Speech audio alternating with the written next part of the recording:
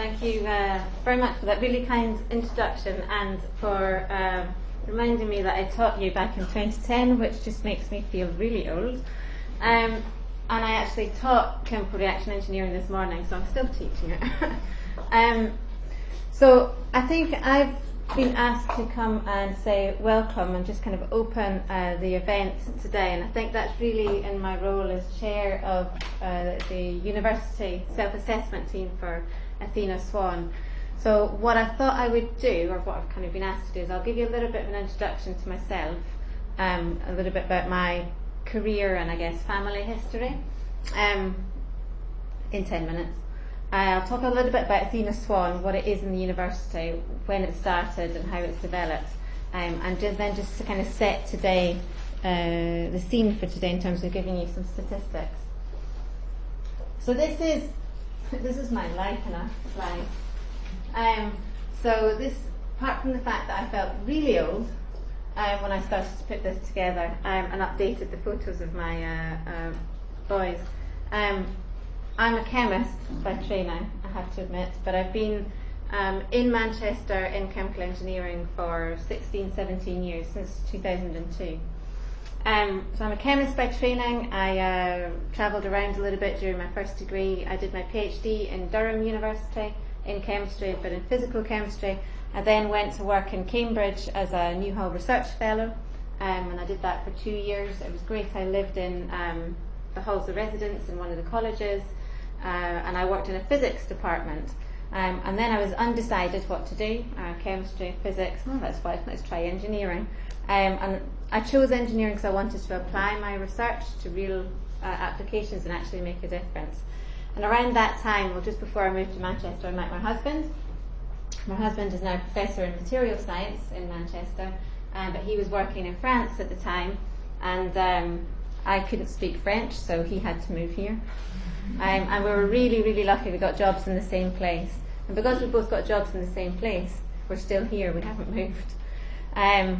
But in 2005, I had Laurie, our first boy, then I had Lewis, and then Cameron. So 2 years, I'm kind of equidistant. Maybe that's the OCD engineer in me, I'm not sure. But I took maternity leave each time. I took 6 months for the first two each, and then 9 months for the last one, because he was going to be our last. So I know a little bit how difficult it is to have maternity leave, to take time out and try to come back. It's not easy, it is difficult, but it's doable at the same time. And the good thing about these kind of forums is that they raise awareness, and it's raising awareness and support amongst female and male colleagues, because my husband always gets cross because we have dual careers, we have split responsibilities at home, so it's half and half, and it's me that always gets the help and support, and he gets cross and he's like, well, I've got the same issues. He said, but nobody has an event for me. So it's really good to see a few males here, to see that it is open to both genders, because it does affect both genders. And then latterly, over the last few years, I got promoted, and we started a startup company that seems to have taken over my working life at the moment. So currently I'm 80% seconded from the university to work at the company, but I'm back here at the moment because I'm teaching. So that's allowed me to talk to you today. So I've been involved in Athena Swan since actually 2005, because back then there weren't that many female academics. There were a few, but not that many that had children and were coming back to work full time. And because my husband's also an academic, I was an ideal case for someone to sit on the university committee. So the Athena Swan, if you don't know, it was established by the Quality Charter Unit back in 2005, and really its role is to encourage and recognise commitment and to raise awareness about advancing the careers of women in science, technology, engineering, maths and medicine. That's when it first started. It has been broadened out to cover all the subjects, including arts and humanities, and broadened out further to cover trans, bi, gay, etc. And initially it was just focused on academic staff. Now it's focused on professional support services too. So really it's there to cover the whole spectrum of the university. So in 2006-07, the first university self-assessment team was formed. I was part of that for my sins. I've never left. In 2008, we received the first award at the university. It was a Bronze Award, and that was key because then all the single individual departments and schools can now apply for their own awards. And I know EEE have got their Bronze Award, and it's up for renewal, I think, current submission. So we went through a few iterations in the university. 2011, we applied for Bronze, got it renewed. 2014. We applied for Silver, but we were only awarded Bronze. So you might say, well, what's the difference between Bronze and Silver? Why should we be bothering with this? Bronze Award kind of gives you a flag in the sand. So it allows you to say, yes, we're aware of Athena Swan, we're aware that we need to do things. We have got some statistics in terms of male-female student progression, staff well-being, activities to support health and work-life balance in the school. Silver, you have to demonstrate that you have looked at your statistics, implemented changes, and you can demonstrate the impact of the changes that you've made. It's quite difficult to do that, and it's not something you can do 3 months, as we discovered, before the deadline to submit your application. You need to do it years in advance to actually be able to demonstrate that impact. So we learnt our lesson in 2014. And then I was asked, then the charter expanded, as I said, to include effectively all subjects and all staff and students in the university. So it was a good move. In 2018, back in March, April, we submitted a renewal bid, and we submitted again for Silver. I can still stand here, I've not been sacked yet, because we don't know the result yet. We'll hear probably October, November time this year. So we've applied for Silver. I think it's a little bit touch and go. We've got a much better case from before. We've seen, in terms of our stats, we've seen the numbers of female students, staff being promoted, recruited at all levels increase slightly. There's still pockets of areas where they do better in some subjects than in others.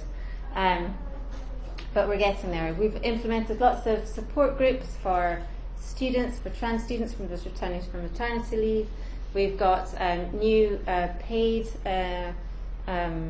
relief for teaching for academics coming through, and that's going to be implemented and rolled out in the next year. So the University Athena Swan self-assessment team is having an impact. It's very slow, and progress is slow, and that's a reflection on the size of the institution and the number of people that it's covering. So now I just thought I've got a couple of slides just that kind of set the scene, and I think this is what I was supposed to do rather than ramble on about myself. So if we go back to look at school, and I think this is where we've got to really encourage and implement change to try to get that gender parity. So if you look at GCSEs, then there's not that much difference between males and females taking GCSEs, but you can start to see the difference when you move into A-levels, with 20% of students only taking physics, for example, and that's not changed, which is really surprising, despite all the efforts that have been made. If you look in the UK in general, roughly 15% of engineering undergraduates are female, and then you can start to see the trend as you move through. So students, when they come into their undergraduate degree, they both want to do and go into engineering as a profession, but about 2/3 of men and only under 1/2 of females end up going into engineering careers, even though they've done an engineering degree. So there's lots of reasons why. Role models is one particular one. So back in 2017, there's a survey, 11% of engineering workforce is female, so you can see the number is decreasing over time. And if you look at the Royal Academy of Engineering, only 4% currently are female members, and that's increased from a whopping 2% in 2006. So it's going in the right direction, but too slow and too little. But I have to put this in, because there's a big but.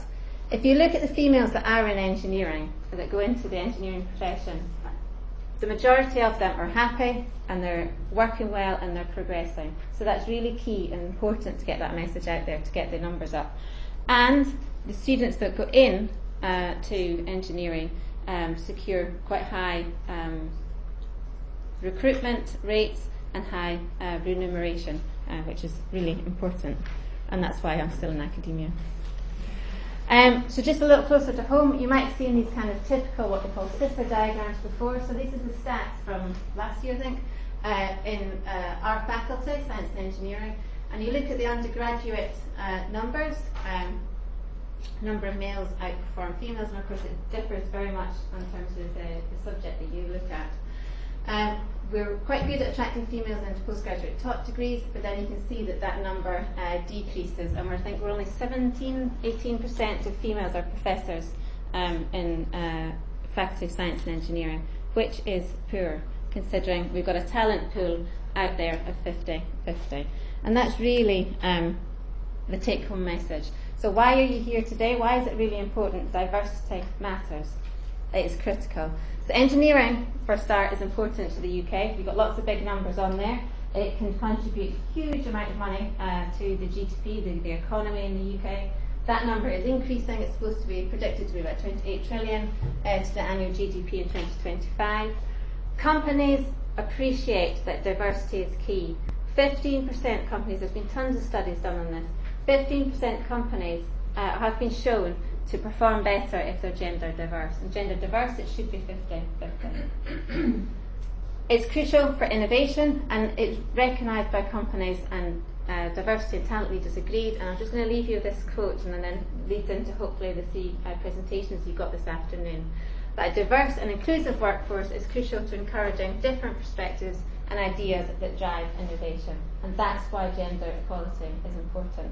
And that's why I'm really glad to see you here, and then you can go out and spread the message to your friends and colleagues. So I hope you enjoy the rest of the talks this afternoon.